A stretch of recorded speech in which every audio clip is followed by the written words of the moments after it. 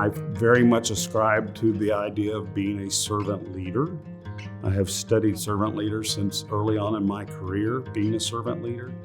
And it's important that I meet individuals where they are, not them having to meet me as an executive where I am. It's important that the people that I work with, for the people that I work with, that I understand where they're coming from. I started my trip down the road of healthcare in 1978 when I went to work at the local hospital where I grew up as what we called an orderly in those days in the emergency department.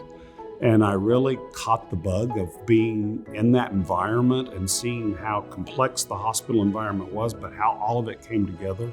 And at a pretty young age, met the administrator of that hospital, Sister Judith Marie Keith. But I would bounce questions off of her and ask her, what is it you do? And what role do you play? And how do you, as the CEO of this community hospital, support the physicians, support the nurses? That was all in my hometown of Fort Smith, Arkansas. I then went to college in San Antonio, Texas at Trinity University and had an undergraduate degree in business administration, followed at Trinity by a master's in healthcare administration. And I was fortunate in that program that it required us to complete an administrative residency, and ended up doing my residency at Methodist Hospital in Dallas, Texas.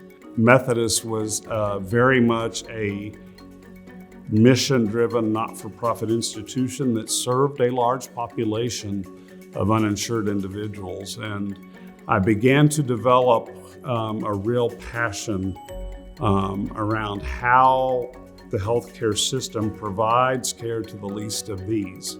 And the opportunity presented itself for me to go to work at Parkland Health and Hospital System, which is one of the largest public academic safety net institutions in the country.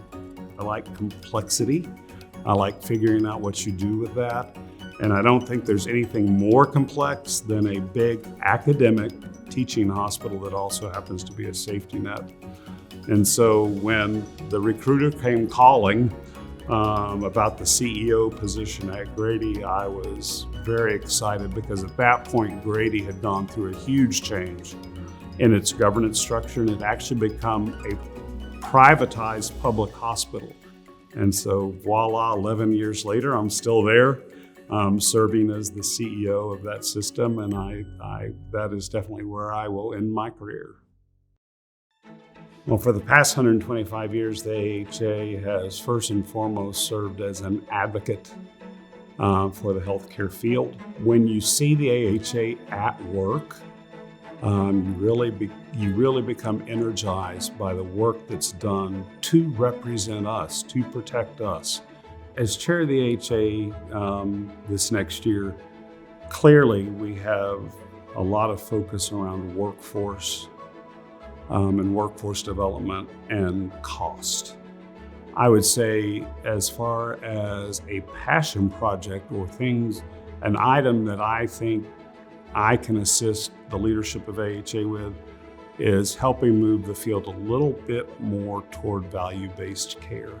I think it's important for leaders to be scanning the horizon. And what I mean by that is not outward, but even within your organization, really understanding where it is, where are the people, what are they thinking? You know, hospitals and health systems come in all shapes and sizes, huge national systems, for-profit, not-for-profit, rural, urban, teaching, non-teaching, whatever you're doing within this space, at the end of the day, you're providing care to people. And I think that's what brings us all together within the American Hospital Association. No matter our background, no matter whom we're serving, we're all focused on doing that well.